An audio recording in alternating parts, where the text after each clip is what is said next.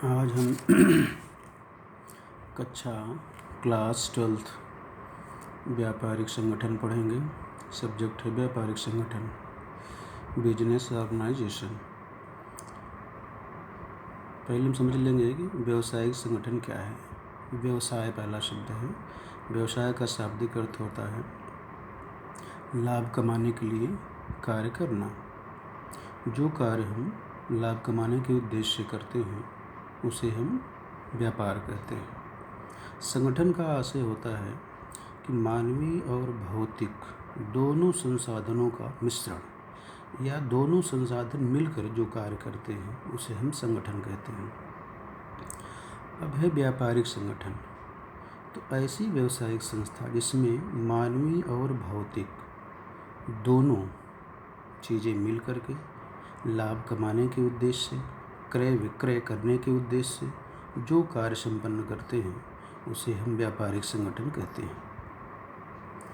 तो आज का टॉपिक है देसी व्यापार, डोमेस्टिक ट्रेड या इंटरनल ट्रेड। देसी व्यापार हम उसे कहते हैं जो एक देश की सीमाओं के अंदर किया जाए। ऐसा व्यापार जो एक देश की सीमाओं के अंदर किया जाए उसे हम देसी व्यापार कहते हैं। देसी व्यापार 5 प्रकार का होता है। पहला है स्थानीय व्यापार, दूसरा है जनपदीय व्यापार, तीसरा है अंतर जनपदीय व्यापार, चौथा है राज्यीय व्यापार और पांचवा है अंतर्राज्यीय व्यापार। स्थानीय व्यापार वह होता है जो एक निश्चित स्थान पर, एक निश्चित शहर या कस्बे के अंतर्गत ही व्यापार किया जाए उसे स्थानीय व्यापार कहते हैं। दूसरा है जनपदीय व्यापार। जब व्यापार एक जनपद, एक जिला के अंतर्गत ही किया जाए तो उसे हम जनपदीय व्यापार कहते हैं। तीसरा है अंतर जनपदीय व्यापार।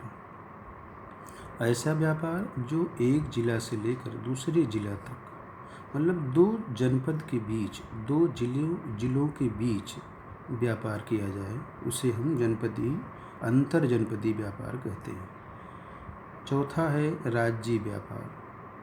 व्यापार का जो स्वरूप है जो एक राज्य के अंदर ही, अपने राज्य तक ही सीमित रहे उसे कहते हैं राज्यीय व्यापार। पांचवा और अंतिम है अंतर्राज्यीय व्यापार।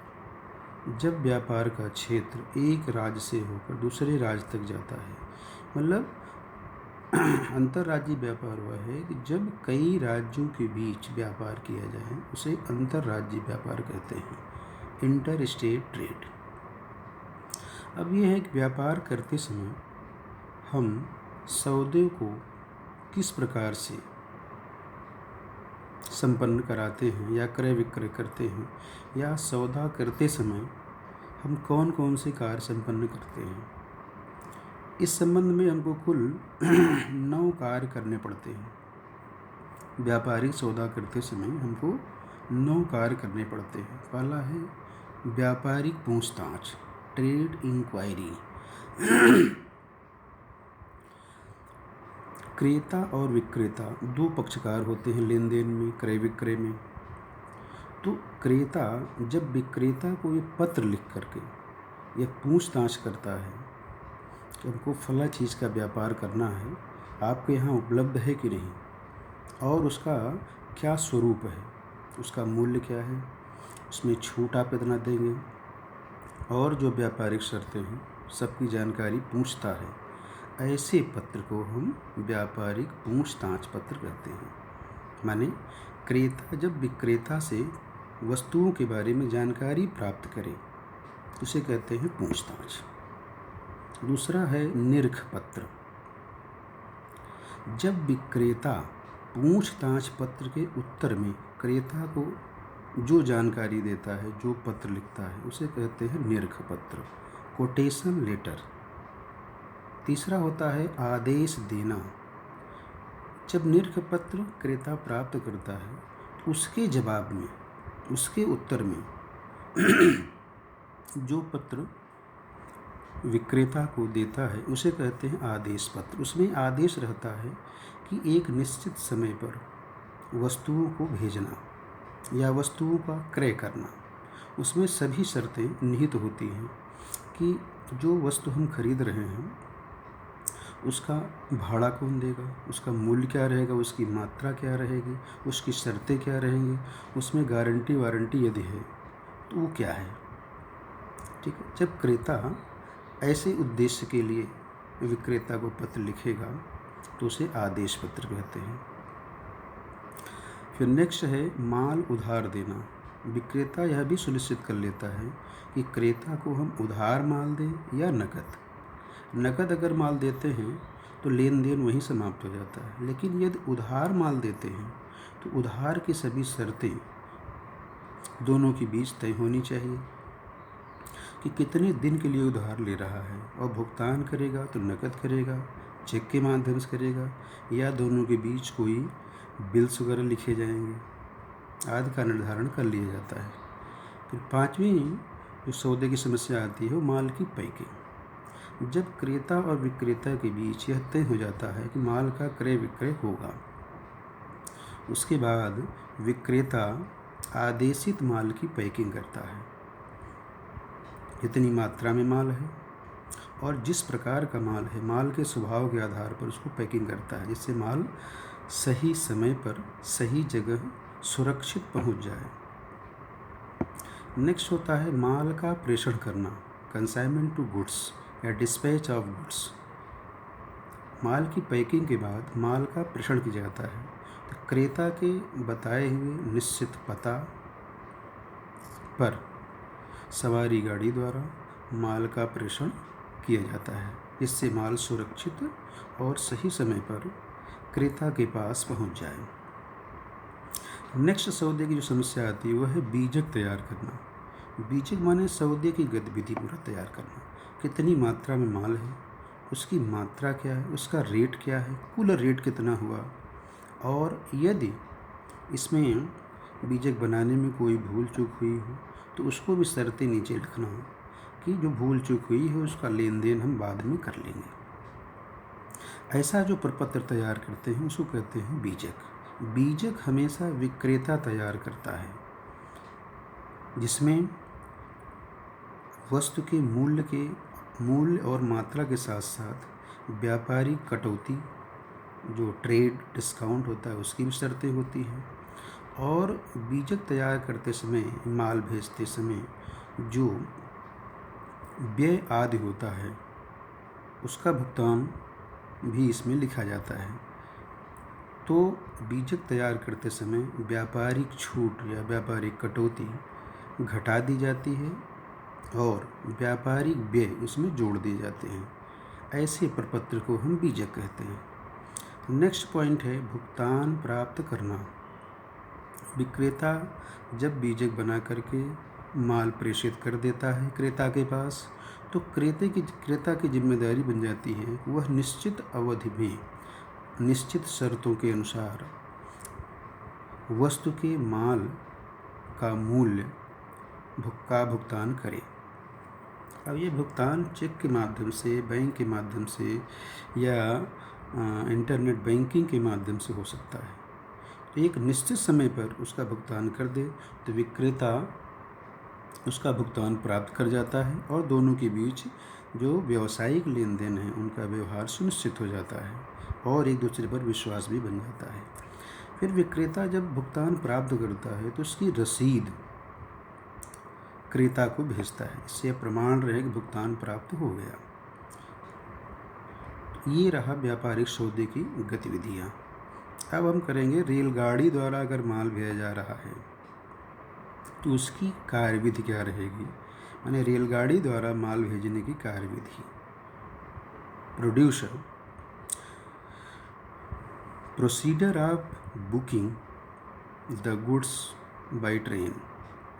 जब हम ट्रेन द्वारा माल को प्रेषित करते हैं, विक्रेता जब ट्रेन द्वारा माल क्रेता को प्रेषित करता है तो उसमें कौन कौन सी कार्यविधि हम तैयार करेंगे, बनाएंगे, उसके बारे में हम आज को बता रहे हैं। पहला तो होता है कि किस गाड़ी से हम माल का प्रेषण करेंगे। पहले गाड़ी का निश्चय करना, वह गाड़ी संबंधित शहर में, संबंधित स्थान पे जाती है कि नहीं, उसका किराया क्या है, उसकी सुविधाएं क्या हैं आदि तय करके माल का प्रेषण करते हैं। दूसरा होता है प्रेषण पत्र भेजना। विक्रेता हमेशा क्रेता को एक पत्र भेजता है, यह माल हमारे पास है, इसका मूल्य यह है, मात्रा जो आप कहें, इसके अनुसार हम माल का प्रेषण करेंगे।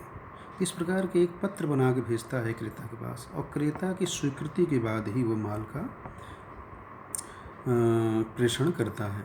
तो प्रेषण पत्र भी मतलब दोनों की सहमति का एक पत्र भी होना चाहिए।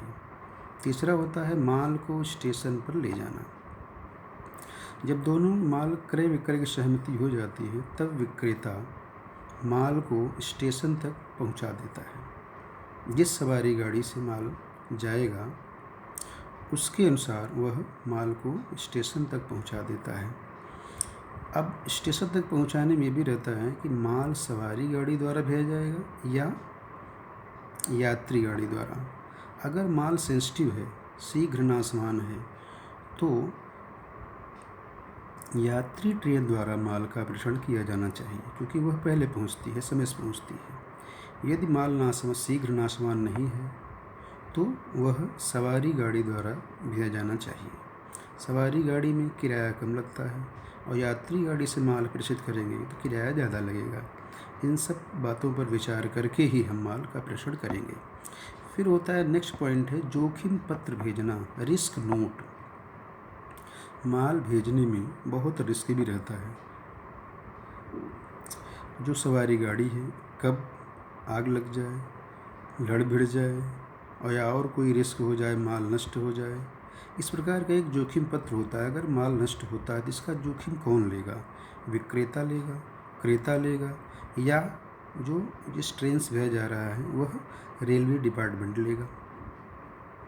आदि का एक लिखित प्रपत्र भी तैयार होना चाहिए, इसको जोखिम पत्र कहते हैं।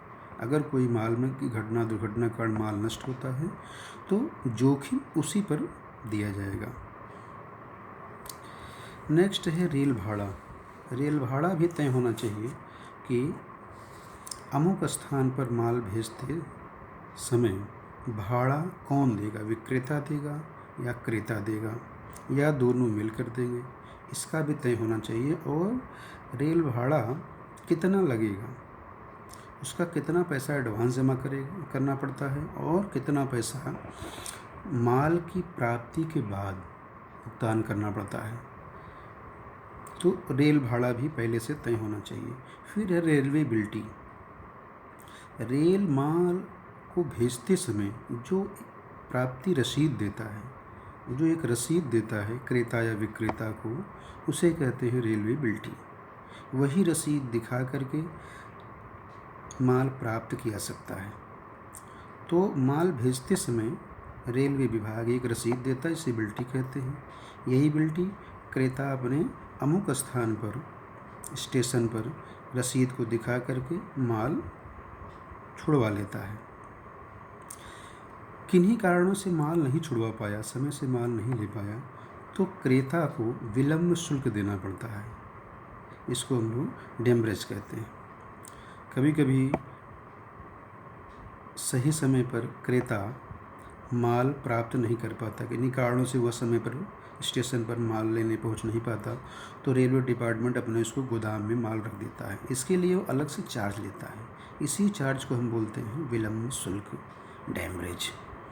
आज हम लोग पहला पार्ट पढ़े।